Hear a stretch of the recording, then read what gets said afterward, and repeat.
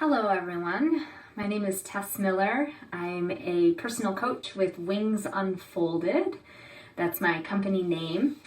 And I work with professionals who are loving what they're doing, but they're not sure where it's going. So thank you for joining me today. I'm going to be talking today about choosing your values wisely. And this is in part because of something that I said last week in last week's live video about when you're noticing that fear comes up for you, that's usually a sign that one of your values is not being honored. And so I thought I would talk a little bit today about some important topics around values. And one of the things to know about values is that values are the framework of our lives. It's how we know who we are in a lot of ways. It's how we know what we stand for, what we believe in, what we want to do with our lives. They can help you organize your life and make some really big decisions. Some examples of values include adventure, cleanliness, equality, decisiveness, being flexible, improvement, like self-improvement, mastering a skill, open-mindedness, security, having variety in your life. So those are just a few examples of all the many different values that there are. And like I said, the values that we adopt help us know who we are, what we care about. They help us stay on track with our goals in life. They help us develop into the people that we want to become. And when we're honoring our values, when we're living by what we value, life just feels good. You know, we feel like we're on the right track. So where do our values come from? A lot of our values come from our early childhood. It's the way that we were raised. It's the relatives that we were around, our friends, society, our teachers, anybody that we come into contact. That's kind of how we get an idea of what we choose to value in our lives. And everyone has their own set of values. That's what makes us so unique. And knowing your values can be so important, but it's also really important to know how those values are operating in your life, whether it's in healthy ways or unhealthy ways. A person, for example, who is constantly trying to buy more things, and it seems like, no matter how much they buy in the world, they have a value of owning the newest gadget, and no matter how much they buy, they never feel truly fulfilled. So how is that value of owning the latest and greatest really serving them? Then there's the person who might value helping other people, and they put that value above everything else. But the problem is they forget to value themselves, and they don't practice that art of self-care and self-love, and then they get burned out and drained. So in that case, that value isn't necessarily being practiced in a healthy way. Or then there's the person who values self-sufficiency and independence, but doesn't quite understand why they can't hold on to a sustainable relationship. And it might be because that self-sufficiency value is preventing them from connecting with other people. That value might be manifesting in a way that pushes other people away and makes people feel like, well, if you're so independent, I guess you don't need me in your life. So those are just a few examples. And I thought to really drive the point home about values that might not be healthy, I would share a story from my life. And this story takes place when I was a teenager. I think it was the freshman year of high school for me. And I was playing, I had the opportunity to play in a pit orchestra. This is the small ensemble that plays for musicals. And I was so excited about doing this. And one of the reasons I was excited about doing this was because I would be playing sitting next to a senior. Oh my gosh. It was, just such an honor to be playing with people older than me. And so we were in rehearsal. And one day, the senior was eating candy while playing in the pit orchestra and offered me some candy. They were these, red, hard candies. And my gut told me, no, that's probably not a good idea because you're going to eat the candy and it's going to get in your saliva and you're going to be playing your flute, and then your flute is not going to like having the sugar and the stickiness inside of it. So maybe that's not such a good idea. But then there was the other part of me that said, but I love fitting in. As a teenager, that's kind of it's a survival mechanism in some ways, is to produce that feeling, that value of fitting in with other people. And especially with someone who's older, I wanted to fit in with the older crowd. So I eventually decided, I guess I'll eat some candy and play my flute at the same time. It'll be okay. I mean, if a senior is doing it, it's got to be safe, right? So I was eating those candies and I was playing the flute in the pit orchestra. About 2 weeks later, my flute needed to go into the shop. And it, nothing related to, stickiness, I didn't think. It just had a leak. So I sent it in, with my dad took it in for me, and when he picked it up, it was discovered that the repair technicians said, you should probably not eat the red candy while you play the flute. Well, how embarrassed was I when I realized that the technicians could totally tell that I had been eating candy while playing my flute. And I just felt horrible. Now my parents had to spend all this money to get my flute fixed when I knew, my gut told me that it was not a good idea to eat candy and play the flute at the same time.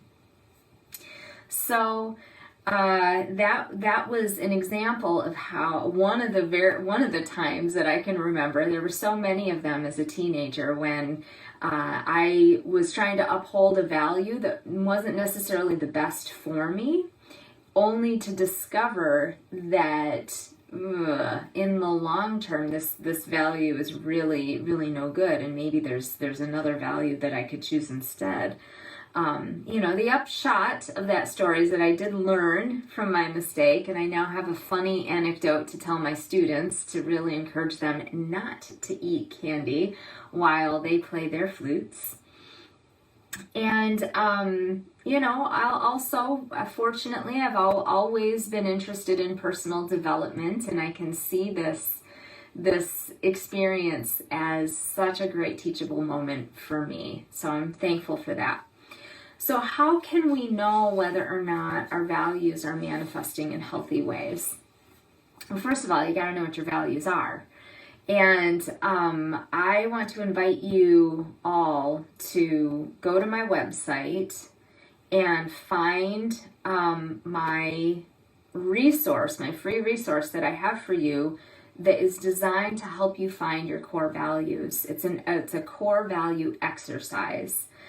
So if you just go to www.tess-miller.com/resources, you will find my core values discovery exercise.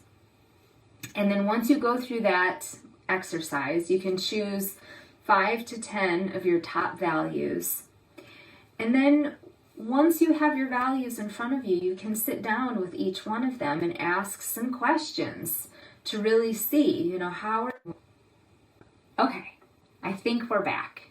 All right, very good. Sorry about that interruption there. Okay, so when you're sitting with your values, you can ask, where and when did I get this value? Or you can ask, how are these values working for me? How are they serving my highest good? How are these values affecting other people in my life? That's also a very important one.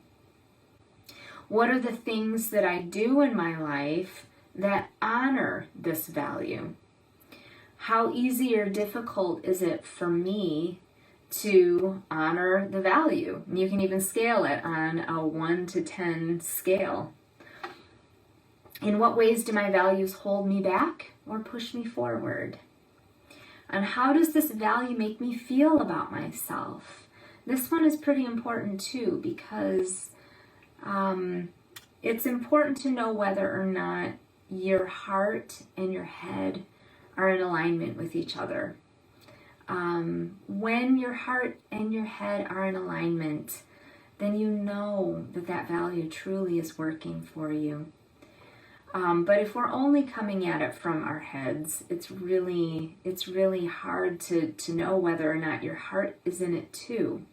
So asking yourself, how do you feel about that value? You know, does the value place certain conditions on whether or not you love or accept yourself? Like, I'm only going to love myself if I uphold my value to have everything clean in the house every day before I leave, or something like that, you know, and then you end up leaving the house one day and nothing is clean, and then you don't love yourself. You know, so there are just certain ways that sometimes the way that we use our values, we want to make sure that we're using them in healthy ways, and not ways that are you know, diminishing our love for ourselves, or putting a condition on how we might love and accept ourselves. So I'm going to run my teenager value of fitting in through some of those questions. So where and when did I get the value of fitting in? Probably from, you know, early childhood. Fitting in with my sister was definitely a good thing, because then she would want to play with me. Fitting in with other kids at the playground was good, because then they would want to play with me and I wouldn't feel like an outsider. And I could see what happened to the other kids that didn't fit in for whatever reason. So unfortunately, that's how that one probably became a value of mine. So how did this value really serve me? Well, it helped me feel secure in a lot of social situations. It gave me some guidelines to live by in order to feel like I had that security around other people. How did this value affect other people in my life? Well, in this case, with my flute and eating the candy in order to fit in, it ended up making my parents have to pay for repairs that they probably wouldn't have had to pay for. So that's how it affected my parents. And, well, that's pretty much it. And also the repair people got to laugh. I don't know. So maybe that's a good thing. I put a smile on somebody's face and gave them a job. What did I do to honor my value of fitting in? Well, I bowed to peer pressure. That was the way that I had to honor that value of fitting in. You know, there was that pressure to eat the candy, and well, if I want to feel like I'm fitting in, I better do this. How easy or difficult was it to honor that value? I would say an 8 on the difficulty scale. You know, it made me feel pretty bad, especially after I got my flute back. It made me go against my gut feeling that maybe it's not a good idea to do this. And it made me feel like, well, maybe I can't trust myself. In what ways did this value hold me back or push me forward? Well, again, it prevented me from learning how to trust myself and know what's right for me and how to take care of the things in my life. It pushed me toward being the person that goes along with things that she knows to be unhealthy for herself or for flutes in general. Now, how did this value make me feel about myself? Well, in the short term, pretty good because I felt like I was connecting with a peer. In the long term, I felt a lot of shame around being found out that I'd been eating this red candy. And I felt really bad that my parents had to pay for the repairs. So, that's an example of a not so good value that was operating in my life. Unfortunately, values change. As we grow up, as we learn, as we develop, we have the opportunity to let some values go. And I'm going to give you another example now of a value that I discovered later in my life and how that one serves me. So if you've been following me, you've probably heard me talk about my value of performing music as a service. But that's not a value that I always realized that I had. About 5 years after getting my doctorate, I was gigging all the time. I was getting lots of different work, but I wasn't really totally happy, which was strange because I would have thought, well, I'm trained to do this. I enjoy doing this. Why am I not happy about getting these gigs? So I sat down and I thought about, what's the difference between the gigs, the performances that I've done that I've really loved and resonated with versus the ones that are not making me happy right now? What made a good or bad performance? When have I enjoyed performing the most? What specifically was it that made those performances enjoyable? And I realized that my favorite performances in the whole world were the ones that were meaningful for me and the audience that I was playing for. The performances that I had the opportunity to move someone or make the audience members really have to think about what I was playing or how this music related to historical events. It was never about me showing off, demonstrating my skills. It was about getting the audience to really listen and connect with the music in a similar way that I was connecting with the music. So when I realized that I valued playing music as a service, as an act of doing something for the audience, that's when I realized, oh my gosh, that's a value. I need to honor that value. So I'm going to run this value of playing music as a service through that list of questions. How does that value serve me or work for me? Well, it helps me decide which performances I want to say yes to and which ones I don't. It makes me feel excited about performing, especially when I know I'm going to be doing something that's really, truly meaningful for somebody.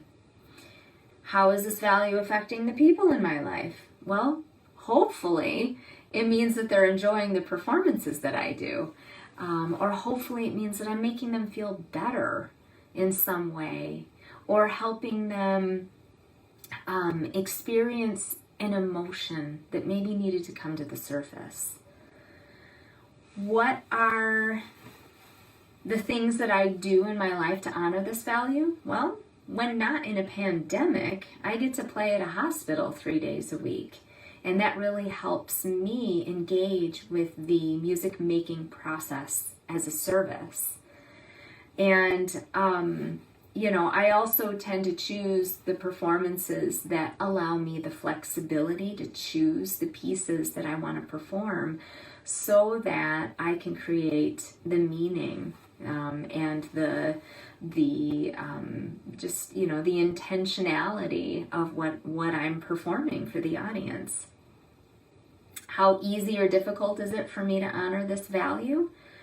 Right now, I would say it's pretty difficult. It's about at a 10 of difficulty, but that's because we're in a pandemic.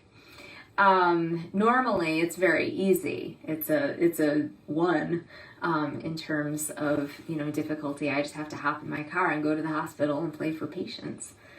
In what ways does this value hold me back or push me forward? Well, it prevents me from taking certain gigs. I might miss out on money from those gigs, but it also prevents me from taking gigs that might drain my energy. So that's kind of a good thing. It helps me stay engaged with what I'm doing. It makes me rethink about how I want to prepare for the projects and performances that I do. And it motivates me to create more meaningful performances. It pushes me out of my box and gets me thinking about playing music in a very different way. And how does this value make me feel about myself?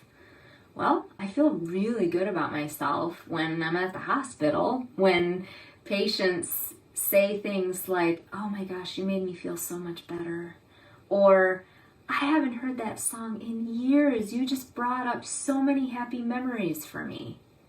That's a really good feeling. And it also makes me feel like I'm aligned with who I am and what I want to be doing in this world. And my heart says it's a total go. So it sounds like the value of playing music as a service for me is manifesting in healthy ways when not in a pandemic. So the recap of all of this is that it's important to discover what your values are. And you can do that by going to my website. And then it's important to sit with those values that you've just discovered and decide, are these values serving me? Are they healthy values? Or do I want to rethink these values and maybe find some values that do manifest in healthy ways for me? And then once you really have a list of values that are aligning with who you are and what you want to do, find ways to honor those values. What can you do to integrate that value into what you do in life? So I hope that helps you think about how you might choose your values wisely. Thank you so much for watching today. I hope the little internet interruption wasn't too bad. I'm going to find out in just a second. My name is Tess Miller with my coaching business Wings Unfolded. You can find me on this Facebook page, on Instagram, LinkedIn, my YouTube channel, specifically the playlist Growing in Uncertainty, where I put all these videos.